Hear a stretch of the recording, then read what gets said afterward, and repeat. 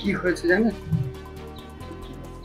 বাড়ি থেকে তো ভালো মানুষ গেল, আমি মিটিংয়ে যাচ্ছি কলকাতা মিটিংয়ে। কিছু খবর পাইনি। একটার সময় আমি ফোন করেছি, তুমি কোথায় আছো? বাড়িতে জোনে কাজ করছে, আমি কথা বলতে পারছি না।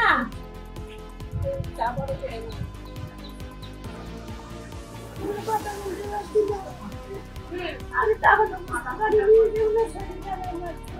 গাড়ি থেকে যাইবে একটা ওই কথাটাই কথা বলতে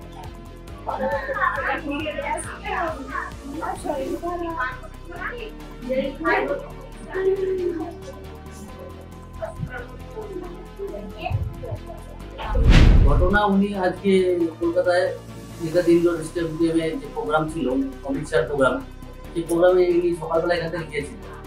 উনি ওখানে যাওয়ার পরে যেহেতু আমাদের এখান থেকে আর ওনার সঙ্গে কেউ যায়নি, তো পরবর্তীতে আমরা খবর পাই যে উনি ওখানে অসুস্থ হয়ে পড়েছেন। ওনাকে নিয়ে সম্ভবত পিজি হসপিটালে যাওয়া হয়েছিল, সেখানে অ্যাডমিট করা হয়নি।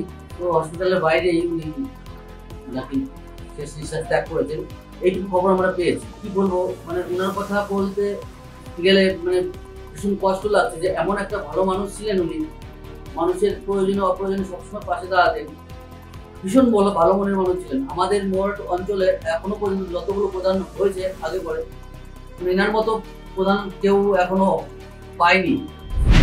আমাদের এক নম্বর গ্রাম পঞ্চায়েতের প্রধান করে, কিন্তু আমাদের সবাইকে দিয়েই করে এবং ভালো ব্যবহার, এবং তার জন্য কষ্ট লাগছে,